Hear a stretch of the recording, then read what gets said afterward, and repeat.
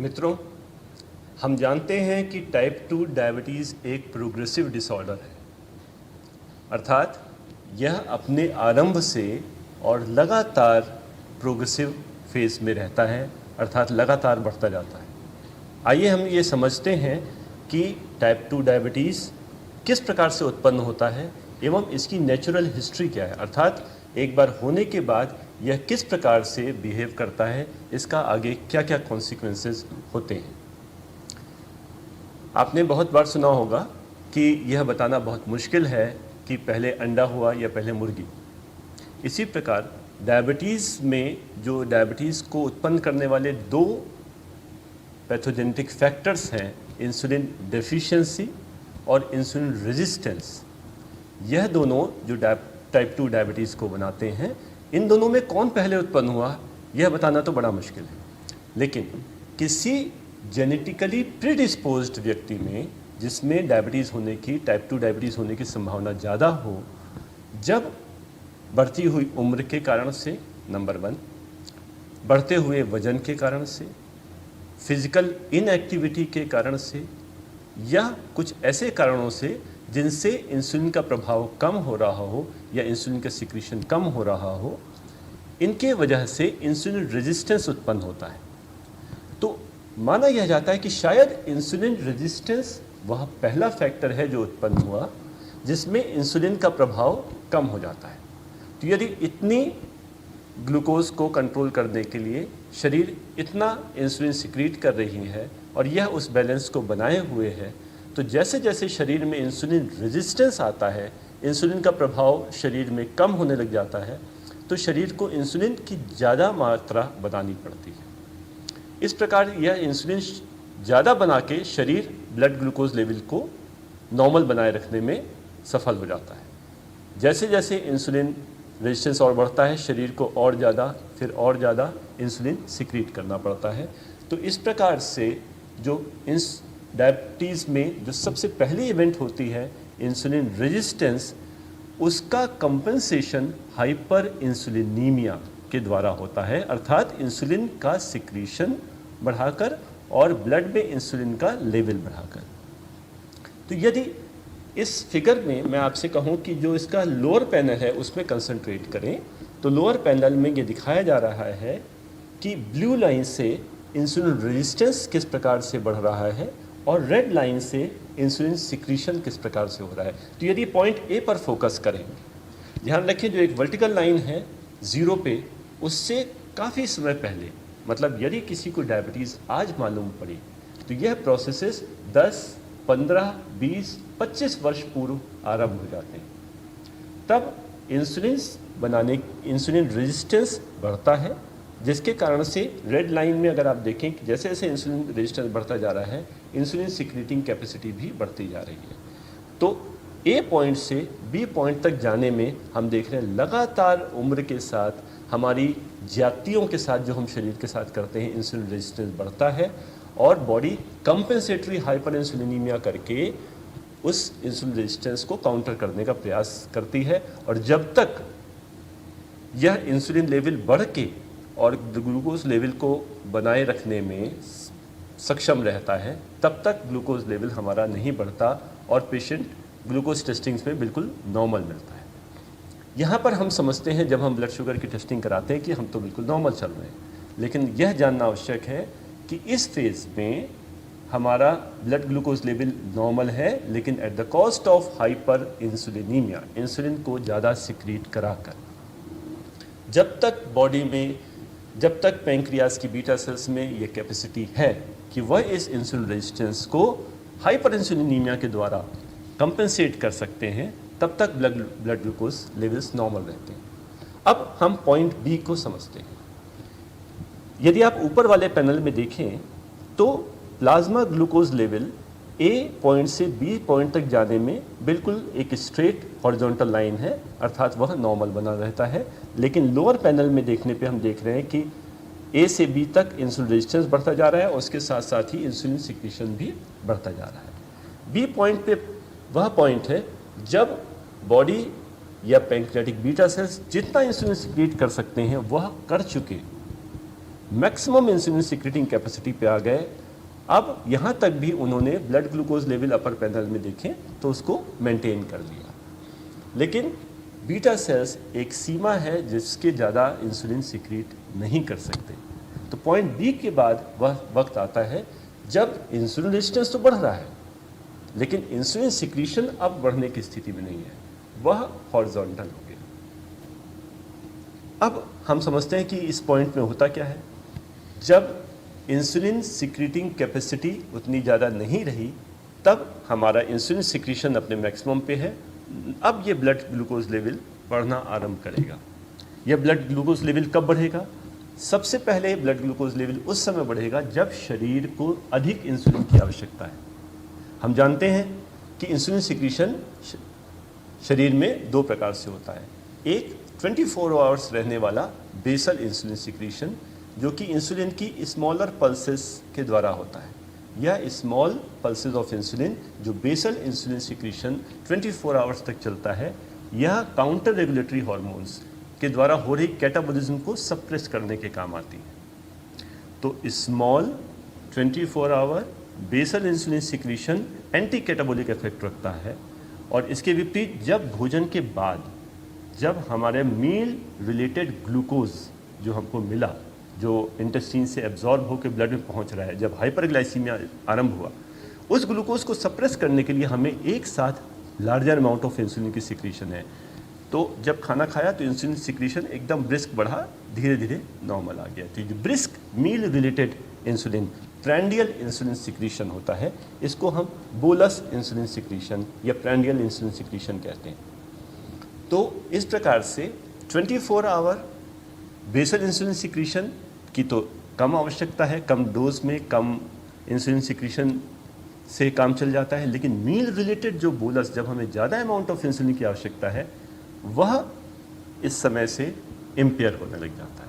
अर्थात जब बॉडी एक सीमा से ज़्यादा इंसुलिन नहीं बना सकती, बॉडी ऑलरेडी अपनी मैक्सिमम इंसुलिन सिक्रीशन की कैपेसिटी पे आ चुकी है, तब खाना खाने के बाद जो हमें ज़्यादा इंसुलिन चाहिए, इंसुलिन अब इससे ज़्यादा नहीं बढ़ सकता, उस समय ग्लूकोज बढ़ा।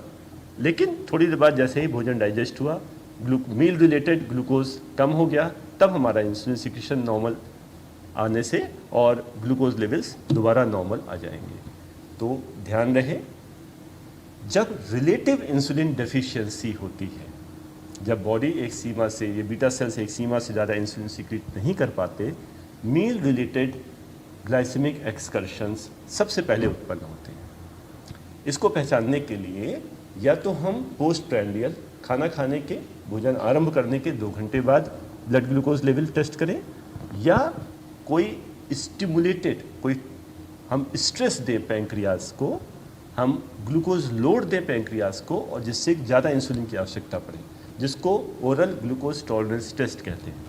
मैं 75 ग्राम ग्लूकोज टेस्ट मील दिया और उसको लेने के बाद फिर हम देखें कि ग्लूकोज लेवल्स कहाँ पहुँचते हैं। तो सर्वप्रथम ग्लाइसेमिक एक्सकर्शंस हमें मील के बाद देखने को मिलते हैं, जो ओरल ग्लूकोज टॉलरेंस टेस्ट में प्रैंडियल ग्लाइसेमिक एक्सकर्शंस के रूप में। तो इसलिए अगर आप अपर पैनल पे ध्यान दें तो पोस्ट मील ग्लूकोज ब्लू लाइन में वह पॉइंट सी से बढ़ना आरंभ हो गया। मील्स के बाद ग्लूकोज एक्सकर्शन बढ़ना आरंभ हो गया, लेकिन वाइट लाइन अपर पैनल की जो यह बता रही है कि अभी भी फास्टिंग ग्लूकोज लेवल नॉर्मल बना हुआ है। तो पॉइंट सी से जब हमारी insulin secreting capacity after meals कम रह जाती है, तब पोस्ट प्रैंडियल ग्लाइसेमिक एक्सकर्शंस के रूप में पोस्ट प्रैंडियल हाइपरग्लाइसीमिया मिलने लग जाता है। अब इसके बाद हमारा pancreatic beta cell functions age के साथ साथ कॉन्टिन्यूसली वो डिक्लाइनिंग मोड पे रहते हैं। तो उसके कारण से हमारा इंसुलिन सिक्रेटिंग कैपेसिटी कम होती जाएगी और हमारा लेवल ऑफ हाइपरग्लाइसीमिया बढ़ता जाएगा। जैसे हम लोगों ने अभी समझा, प्रारंभ में यह हाइपरग्लाइसीमिया पोस्ट प्रैंडियल होता है, लेकिन धीरे धीरे समय के साथ यदि आप देखें पॉइंट डी पे आते आते जब इंसुलिन सिक्रेटिंग कैपेसिटी काफ़ी कम हो गई, तब उस वक्त हाइपरग्लाइसीमिया हमारा काफ़ी बढ़ जाता है और यह पॉइंट डी पे फास्टिंग हाइपरग्लाइसीमिया के रूप में भी आने लग जाता है। तो अब एक बार हम पुराने नीचे वाले पैनल पे ही निगाह डालें कि इंसुलिन रेजिस्टेंस तो एक बार आरंभ होने के बाद थ्रू आउट लाइफ बना रहता है या बढ़ता रहता है, जबकि इंसुलिन सिक्रीटिंग कैपेसिटी एक सीमा तक बढ़ती है। मैक्सिमम इंसुलिन सिक्रीटिंग कैपेसिटी तक पहुंचने के बाद फिर वो ग्रेजुअली डिक्लाइन करने लग जाती है। जैसे जैसे इंसुलिन सिक्रीटिंग कैपेसिटी डिक्लाइन करती है, हमारे ब्लड ग्लूकोज लेवल्स बढ़ते हैं। इनिशियली वो पोस्ट प्रैंडियल हाइपरग्लाइसीमिया के रूप में प्रकट होते हैं और इंसुलिन सिक्रीटिंग कैपेसिटी काफ़ी कम होने के बाद वह फास्टिंग हाइपरग्लाइसीमिया के रूप में भी उत्पन्न होने लग जाते हैं। इसको हम स्टार्लिंग कर्व ऑफ पैंक्रियास कहते हैं। इस कर्व में आप देख सकते हैं कि आरंभ में इंसुलिन सिक्रीटिंग कैपेसिटी बढ़ी, कुछ समय तक नॉर्मल मैक्सिमम कैपेसिटी पर रही, उसके बाद कॉन्टिन्यूसली डिक्लाइन करती रही। जब तक शरीर इस इंसुलिन सिक्रीटिंग कैपेसिटी को बढ़ा रहा है, इंसुलिन सिक्रीशन को बढ़ा रहा है, तब तक व्यक्ति नॉर्मोग्लाइसेमिक रहेगा। जब इंसुलिन सिक्रीटिंग कैपेसिटी अपने मैक्सिमम पीक पर पहुंच गई, तब इम्पेयर्ड ग्लूकोज टॉलरेंस अर्थात ग्लूकोज लोड को या मील के लोड को वो टॉलरेट नहीं कर पाएगा, पोस्ट प्रैंडियल हाइपरग्लाइसीमिया होगा। और उसके बाद जब इंसुलिन सिक्रीटिंग कैपेसिटी जैसे जैसे कम होती जाती है, वह person overt Frank type 2 diabetes में के रूप में प्रेजेंट करता है। तो ये कहलाता है progressive decline in beta cell functions in type 2 diabetes. Type 2 diabetes एक प्रोग्रेसिव डिसऑर्डर है जिसमें बीटा सेल फंक्शंस लगातार डिक्लाइनिंग मोड पे रहते हैं। यह डिक्लाइन का रेट हर किसी में अलग अलग हो सकता है। कुछ लोगों में रेट ऑफ डिक्लाइन बहुत कम होगा, जिसको ज़ीरो तक पहुंचने में 15-20 साल लग जाएंगे। कुछ लोगों में बहुत फास्ट होगा, जो कि 4-5-6 सालों में डिक्लाइन कर जाएगा। अमूमन यह देखा जाता है कि हमारी pancreatic beta cell loss 5 to 7% per year होती है।